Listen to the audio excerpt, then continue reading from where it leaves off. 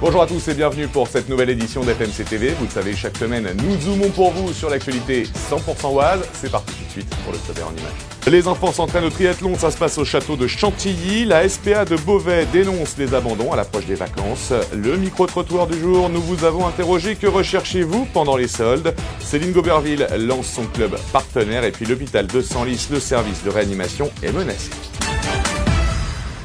Le triathlon, nage, cyclisme et course à pied, eh bien ce sont les enfants qui s'y sont collés dans les jardins de Chantilly ces derniers jours. L'occasion pour eux de faire du sport, mais également de découvrir les jardins. Tout cela en prévision d'une autre manifestation de triathlon, mais celle-là beaucoup plus importante, on en reparlera certainement. Ce sera le 25 août. En attendant, je vous invite tout de suite à découvrir ce que nos petits bambins ont fait. Il y avait comme un air de colonie de vacances cette semaine à côté du château de Chantilly. Des dizaines d'enfants étaient réunis pour participer à un entraînement de triathlon. Sous les regards impassibles des statues du parc, les jeunes se sont essayés à la natation, au vélo et ont pu visiter les jardins du château. Et un champion français était là pour motiver les triathloniens en herbe. Mon rôle, ça va être de motiver les enfants pour les entraînements, de leur expliquer un petit peu ce que c'est que le triathlon et puis comment on va fonctionner. Voilà, essentiellement ça. Moi, je suis prof de PS, donc j'ai l'habitude des adolescents, on va dire. Donc là, des enfants qui viennent, qui sont motivés, ça devrait pas être trop difficile à gérer. Je pense que ça va bien se passer. Cet entraînement a permis aux participants de découvrir les coulisses du triathlon dans le cadre verdoyant du parc du château de Chantilly. Le sport combine 3 disciplines plutôt adaptées au goût des enfants. En Angleterre, beaucoup de les enfants nagent dans les lacs et la rivière. Et je pense en France, c'est une autre culture peut-être. Et donc, c'est très important pour les enfants de Chantilly et Senlis essayer l'eau de lac. L'entraînement pour les enfants, pas dur, parce que d'habitude, tous les enfants courent à l'école et font de vélo avec le parent et aussi ils nagent dans la piscine. Et triathlon, c'est un rassemblement de les 3 sports. Et cette séance d'entraînement n'était qu'une mise en bouche, puisqu'en août, dans le parc du château de Chantilly, aura lieu une grande compétition du Castle Triathlon Series. Pas moins de 7 courses seront proposées aux participants, dédiées aux adultes ou aux jeunes, avec notamment la toute nouvelle épreuve longue distance du gantelet. On a décidé d'ajouter un long distance L, qui est composé d'une course de 1,9 km de natation, 90 km de vélo, et 21 km de course à pied. Qu'on appelle le gantelet parce qu'il y a une relation avec l'Angleterre, où en Angleterre, ça veut dire relever le défi. Donc on jette le gant, c'est un challenge à quelqu'un et on le propose normalement en duel. Alors ici, c'est un duel en triathlon. Les inscriptions pour la compétition du 25 août 2013 sont d'ores et déjà ouvertes. Il suffit de se rendre sur le site www.triathlonchantilly.com. La période estivale est bien là, l'occasion pour certains de partir en vacances, vous en avez de la chance. Pour d'autres, ce sera plutôt l'occasion de se faire du mouron. C'est le cas des membres de la SPA de Beauvais. Ils craignent bien évidemment les abandons d'animaux de compagnie. Ils en prévoient une vingtaine chaque semaine durant ces vacances. Et oui, le problème, vous le connaissez, lorsqu'on part en vacances, il faut tout de même s'occuper de son animal. Et certains n'ont pas vraiment de scrupules et préfèrent tout simplement l'abandonner sur le bord de la route. Je vous invite tout de suite justement à visiter ce refuge SPA de Beauvais et écouter leur message.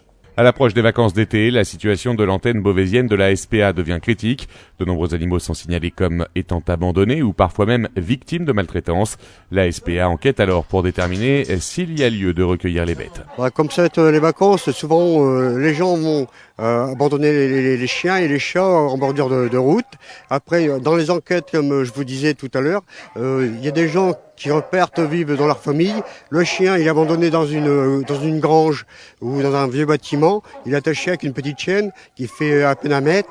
Donc nous, on va récupérer ces chiens et on les ramène au refuge pour qu'ils soient de nouveau adoptés dans une famille. Et la situation n'est guère meilleure pour les chats que pour les chiens. En juin, une 50aine de félins ont été recueillis par la SPA, un nombre qui est dû à l'absence fréquente de stérilisation des animaux. Surtout que les gens ne s'en occupent pas, ils disparaissent, ils sont pas, ils sont pas identifiés, donc ils arrivent ici.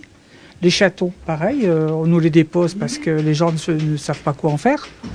Les chattes ne sont pas stérilisées, donc on récupère les chatons. Les animaux bénéficient à la SPA d'un bon traitement avant de pouvoir retrouver une nouvelle famille. Ainsi, les chiens parfois traumatisés sont dressés petit à petit par une bénévole qui passe régulièrement. C'est surtout de l'anxiété et puis d'excitation, parce que enfermés comme ça, ils développent pas mal d'excitation, donc il faut qu'ils apprennent à se gérer en fait. Il y a des chiens qui sont très réceptifs et qui vont accrocher avec moi tout de suite. Il y en a d'autres où il faut plusieurs séances pour que j'arrive à avoir un contact, une communication avec eux. Les employés de la SPA de Beauvais redoutent un taux record d'abandon de chats et de chiens pour les mois de juillet-août, à raison de 15 à 20 par semaine. Des moyens simples existent pourtant pour éviter cela. Faire appel à des prestataires de garde d'animaux à domicile, à des pensions ou encore à des familles d'accueil. Alors prenez soin de votre animal de compagnie, s'il vous plaît. Voilà, maintenant on part tout de suite dans l'univers des soldes. Vous le savez, elles ont démarré il y a quelques jours, l'occasion de faire de bonnes affaires. C'est en tout cas ce que l'on vous souhaite. Nous sommes allés à votre rencontre pour justement savoir ce que vous recherchez durant ces soldes d'été. Quels sont les articles les plus en vue? On écoute vos réponses. Très bien, sans problème. On a fait toutes les boutiques, elles ont dévalisé les magasins, tout va bien. Bah là c'était l'opportunité, mais c'est pareil, ça dépend des fois. Bon, là on était toutes les deux, donc on en a profité. Fin de l'école, donc on en profite. Très bien, des bonnes occasions, donc faut profiter à fond. Qu'est-ce que vous avez trouvé?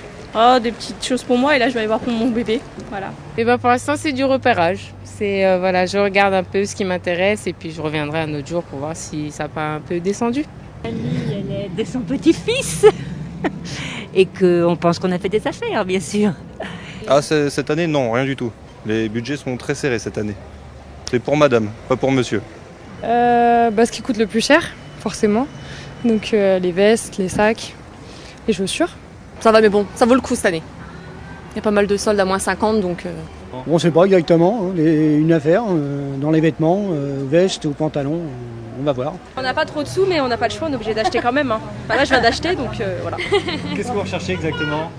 Pour l'été, bien sûr. Des shorts, des petits t-shirts, des petites chaînes pour mettre aux pieds, des bagues, tout ce qui est un peu bijoux. Là, j'ai acheté une robe et j'ai acheté un maillot et puis un short pour mes petites sœurs. Parce que quand on regarde les prix puis qu'on regarde quand c'est soldé, c'est plus que la moitié du prix. Vous savez, quand on a un certain âge, on a nos affaires, on les utilise jusqu'à la fin. On y va au coup de cœur si vous voulez. Donc après, effectivement, si le prix nous convient, on fera affaire, mais on ne s'est pas forcément dit on s'arrête à tel montant. Non, à moins 70, j'ai vu 2 pantalons puis un vieux t-shirt. Non. À mon avis, c'est les affaires de l'année dernière ou d'il y a 2 ans. Donc non, il n'y a rien qui m'intéresse là-dedans, il faudra que j'aille ailleurs. Et madame, elle ne demande pas votre avis? Ah non, parce que j'y connais rien moi en habit de femme. Il n'y a que les dessous qui m'intéressent. Céline Goberville, notre athlète créoise au tir au pistolet, médaillée d'argent aux derniers Jeux Olympiques de Londres, lance son club partenaire. Le principe, récupérer des fonds pour participer aux prochains Jeux Olympiques à Rio. Je vous invite à découvrir son entraînement, sa vie au quotidien, car il va falloir soutenir notre petite créoise. Regardez. La championne de tir Céline Goberville est revenue il y a quelques jours dans l'Oise d'une compétition en Turquie. La créoise de 26 ans a récolté une médaille d'or au tir au pistolet à 10 mètres lors des Jeux méditerranéens. Même si elle reste concentrée sur les prochaines épreuves, la sportive a déjà les Jeux Olympiques de Rio en tête. Dans une semaine, on repart en Coupe du Monde à Grenade. Donc là, ce sera pareil, pistolet 10 mètres et 25 mètres. Et ensuite, on finira la saison avec les championnats d'Europe à 25 mètres. Tout le monde me parle déjà d'une médaille à Rio, chose que moi je ne pense pas. Rio ce sera une nouvelle aventure, c'est dans 3 ans, donc il se passera plein de choses entre deux. Le but c'est maintenant de me préparer au mieux pour Rio. Après on y pense chaque jour, mais on ne pense pas à la médaille. Pour financer la préparation olympique de Céline, un club de soutien nommé Céline Rio 2016 a été initié par son père. Cette structure servira à payer les déplacements, aménagements ainsi qu'à apporter un complément de revenus à la championne. Et les sponsors ne sont pas si faciles à trouver. Alors ça, c'est pas facile. D'une part parce que nous sommes un sport complètement amateur, peu médiatisé et peu démonstratif. Donc le sponsor, il faut aller le chercher, je dirais, beaucoup plus au travers des valeurs que véhicule Céline et son sport. Les valeurs de précision, de respect, d'humilité. Le tir au pistolet est un sport qui nécessite une grande concentration mentale et un contrôle des émotions à toute épreuve. Avec son expérience et le soutien constant de ses fans, Céline Goberville semble bien partie pour faire à nouveau honneur à Creil et à l'Oise dans les années qui viennent. Et pour finir cette édition, je vous emmène à l'hôpital de Senlis. Il y a un problème, le service de réanimation est menacé. En tout cas, il va fermer ses portes durant l'été. Le résultat, vous vous en doutez, c'est que l'hôpital de Creil, lui, risque d'être débordé justement au niveau du service de réanimation. Alors, quelles sont les réactions des uns et des autres? Petite explication, regardez. Cet été, en juillet et en août, l'hôpital de Senlis, qui fait partie du groupement hospitalier public du sud de l'Oise, sera privé de services de réanimation. Une situation qui pourrait, selon les syndicats, engorger les urgences et les soins intensifs de l'hôpital de Creil. Ces derniers craignent aussi la disparition du service de réanimation senlisien. On est nombreux à avoir les plus vives inquiétudes sur la pérennité de cette réanimation. Or, cette réanimation, elle est indispensable pour l'hôpital de Senlis, parce que ce serait déclasser les urgences de Senlis qui pourraient plus accueillir tous les patients, et donc les transférer sur Creil, avec les urgences de Creil qui sont déjà complètement engorgées. Ce serait aussi une inquiétude pour la capacité opératoire à Senlis, ne serait-ce que sur la maternité, qui est une grande maternité dont on ne peut pas se passer. Même si le GHPSO assure que le service de réanimation ne devrait pas disparaître définitivement de Senlis, l'impact de cette suppression estivale devrait se faire ressentir dans de nombreux services comme la maternité, la médecine ou la chirurgie. Une pétition a même été lancée par la ville de Senlis. Nous avons lancé une pétition qui connaît un grand succès auprès des habitants de Senlis pour demander le maintien des services de réanimation sur les deux sites de Creil et de Senlis et dénoncer la fermeture du service de réanimation qui a lieu cet été. Les élus évoquent même leur combat contre la fusion des deux hôpitaux. Selon eux, leur demande de recours contre cette fusion aurait changé la qualité des conditions d'accueil des patients à Senlis. Nous avons fait un recours contre la fusion avec des arguments qui sont tout à fait valables et sur le fond et sur la forme. Et peut-être que notre argumentation fait peut-être un peu peur et que de ce fait, on accélère un peu les choses et la dégradation des soins sur le site de Senlis. La polémique semble donc loin d'être terminée autour du service de réanimation de Senlis. L'enjeu est de taille pour cet établissement qui voit défiler près de 20 000 patients par an. Voilà, c'est la fin de cette édition. Merci de l'avoir suivi, merci de votre fidélité. N'oubliez pas, restez connectés pour l'actu 100% Oise à www.fmcradio.fr. On se retrouve la semaine prochaine pour de nouvelles infos de l'Oise. Excellente semaine à tous.